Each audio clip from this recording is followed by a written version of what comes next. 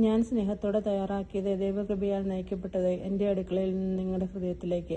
ഇന്നത്തെ നമ്മുടെ ഒരു സ്പെഷ്യൽ റെസിപ്പിയാണ് ഉണക്കമീൻ തേങ്ങാക്കൊത്തും ഉണക്കക്കപ്പ വേവിച്ചതും. ഈ ഉണക്കമീൻ തേങ്ങാക്കൊത്ത് ഉണ്ടാക്കുന്നതും ഉണക്കക്കപ്പ വേവിക്കുന്നതും എങ്ങനെയാണെന്ന് നമുക്ക് പെട്ടെന്ന് നോക്കാം. പിന്നെ ഉണ്ടല്ലോ, ഈ ഉണക്കമീൻ തേങ്ങാക്കൊത്ത് കറി ഇതിനു മുമ്പ് കഴിച്ചിട്ടുള്ളവരൊക്കെ ഒന്ന് കമൻറ്റ് ചെയ്യണം കേട്ടോ. കമൻറ്റ് ചെയ്യുകയോ ലൈക്കുകയോ ചെയ്യണേ, മറക്കരുത് കേട്ടോ. ഉണക്കമീൻ തേങ്ങാക്കൊത്ത് ഉണ്ടാക്കുന്നതിന് വേണ്ടിയിട്ട് നമുക്ക് ആവശ്യത്തിന് തേങ്ങാക്കൊത്ത് എടുത്തിട്ടുണ്ട്. അതുപോലെ തന്നെ പുളി, കുടംപുളിയാണ്. പിന്നെ ഒരു 3 പച്ചമുളക് എടുത്തിട്ടുണ്ട്. പിന്നെ വലിയൊരു കഷ്ണം ഇഞ്ചിയും 5-6 കഷ്ണം വെളുത്തുള്ളിയും ചെറുതായിട്ട് അരിഞ്ഞ് തന്നെ ഇടണം, ചതച്ചിടരുത് കേട്ടോ.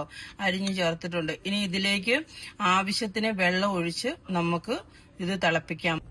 അപ്പം നമ്മുടെ തേങ്ങാക്കൊത്തും പുളിയും എല്ലാം നന്നായിട്ട് വെന്ത് വന്നിട്ടുണ്ട്. ഇനി നമുക്ക് ഇതിലേക്ക് 2 സ്പൂൺ മുളക് പൊടി ചേർത്ത് കൊടുക്കാം കേട്ടോ. മുളക് പൊടിയും മഞ്ഞപ്പൊടിയും ചേർക്കാം. മീൻ ചേർത്ത് കൊടുക്കാം. മീൻ നമ്മൾ ഉപയോഗിക്കുന്നത് 1/4 കിലോ സ്രാഗാണേ. ആ മീൻ ഇതിലേക്ക് ചേർത്ത് കൊടുക്കുന്നുണ്ട്. ഇത് ഇനി നന്നായിട്ട് വേകട്ടെ. മീൻകറി തിളച്ച് നല്ലപോലെ പറ്റി വരുന്നുണ്ട്. ഇനി നമുക്ക് ഇതിലേക്ക് കടുക് വറുത്ത് ചേർക്കണം. പാൻ ചൂടായ എണ്ണ ഒഴിച്ച് ആവശ്യത്തിന് വെളിച്ചെണ്ണ ചേർത്ത് കൊടുക്കുക. അതുപോലെ തന്നെ കടുക് ചേർത്ത് കൊടുത്തിട്ടുണ്ട്. ഇനി അതിലേക്ക് കുറച്ച് ഉലുവയും കൂടി ചേർത്ത് നമുക്ക് പൊട്ടിക്കാം. ഇനി നല്ലപോലെ ഉള്ളി ചേർക്കണം. ഉള്ളി ചേർത്ത് വേണം കടുക് വറുക്കാനായിട്ട്. നമ്മൾ കടുക് വറുത്തത് മീനിലേക്ക് ചേർത്ത് കൊടുക്കുക കേട്ടോ. ഇനി ഇത് അടച്ചു വെച്ച് ഒരു 10-15 മിനിറ്റ് ഇതുപോലെ തന്നെ ഒന്ന് അടച്ചു വെക്കണേ. അടച്ചു വെച്ച് കഴിഞ്ഞാൽ നമ്മുടെ ഉണക്കമീൻ തേങ്ങാക്കൊത്ത് റെഡിയാകും.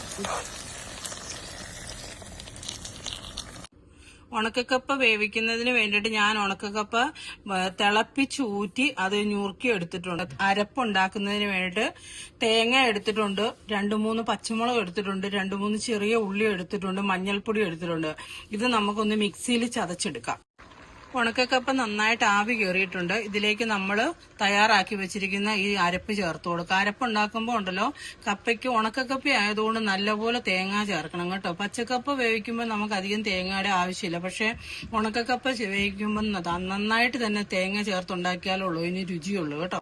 അരപ്പ് ചേർത്ത് കൊടുത്ത് ആവശ്യത്തിന് ഉപ്പും ചേർത്തിട്ടുണ്ട്. ഇനി ഞാനിത് കുക്കറിലാണ് വെച്ചിരിക്കുന്നത്. ജസ്റ്റ് ഒന്ന് ഒരു വിസിലടിക്കുന്ന രീതിയിൽ നമുക്കൊന്ന് കുക്കർ ഒന്ന് അടച്ചു വെക്കാം കേട്ടോ.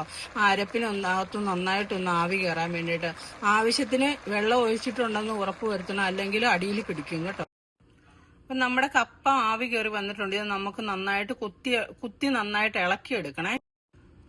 ഉണക്കക്കപ്പ വേവിച്ചത് റെഡിയായിട്ടുണ്ട്. അതുപോലെ തന്നെ നമ്മുടെ ഉണക്കമീൻ തേങ്ങാക്കൊത്തും. ഇതാണ് ഇതിന്റെ ഒരു കോമ്പിനേഷൻ. ഉണക്കക്കപ്പ വേവിച്ചതും ഉണക്കമീൻ തേങ്ങാക്കൊത്തും അടിപൊളി ടേസ്റ്റ് ആണ് കേട്ടോ. നിങ്ങൾ എല്ലാവരും ട്രൈ ചെയ്ത് നോക്കണേ.